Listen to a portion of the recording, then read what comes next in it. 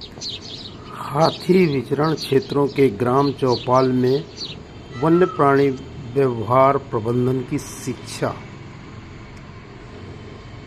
मानव हाथी द्वंद्व से मित्रता की दिशा में प्रकृति का यह अद्भुत प्रशिक्षण है जो ज्ञानवर्धक है और आदमी में, हर व्यक्ति में एक समझ उत्पन्न करता है।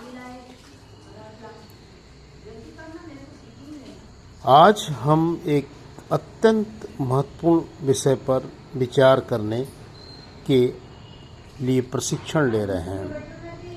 मानव और हाथी के बीच बढ़ते द्वंद्व को मित्रता और सहयोग में कैसे बदला जाए।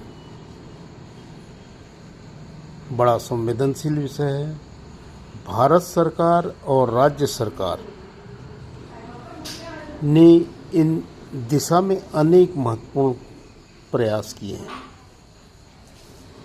जहाँ जहाँ भी हाथियों का विचरण होता है वहाँ की राज्य सरकार इसके बारे में चिंतित हो जाती है। वन्य प्राणी चाहे कोई भी हो, हाथी हो या चाहे अन्य वन्य प्राणी हो, बाघ हो, उसके लिए भी चिंतित हो जाती है।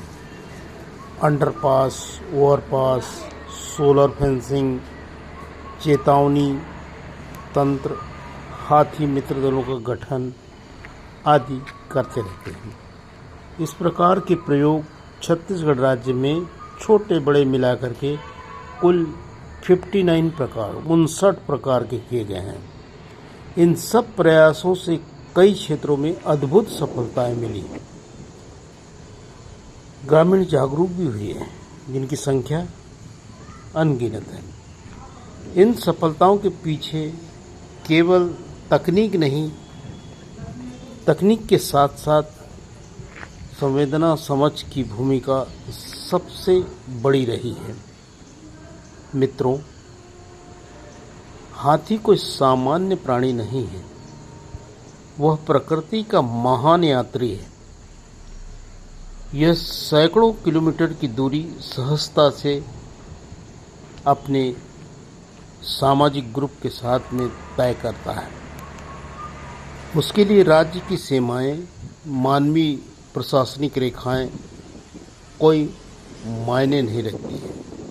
प्रकृति से देखा जाए तो ये धरती हाथियों का साम्राज्य है। जैसे हमारा साम्राज्य हम मानते हैं, वैसे प्रकृति के हिसाब से वे हाथी सोचते हैं कि हमारा साम्राज्य है।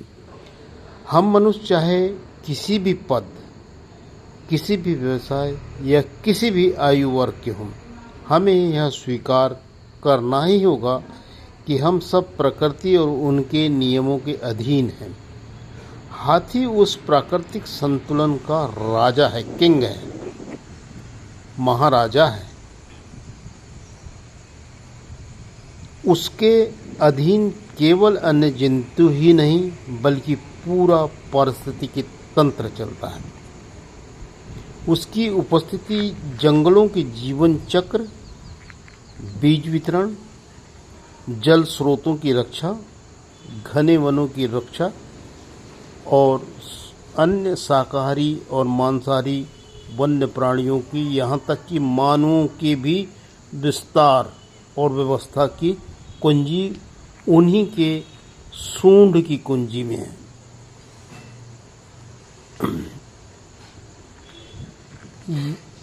जब आप इस वीडियो को जो इस प्रशिक्षण में दिखाया जा रहा है उसे देखेंगे कि देखिए, हाथी सोलर फेंसिंग जैसी आधुनिक तकनीक सीमाओं को भी किस प्रकार सहजता से पार कर लेता है। मानव सोचता है कि हमने सोलर फेंसिंग कर दी है, अब हाथी नहीं आएगा। ऐसा नहीं है, हाथी उसको भी पार कर लेता है क्योंकि वह मानव के दिमाग से भी ज़्यादा बुद्धिमान होता है।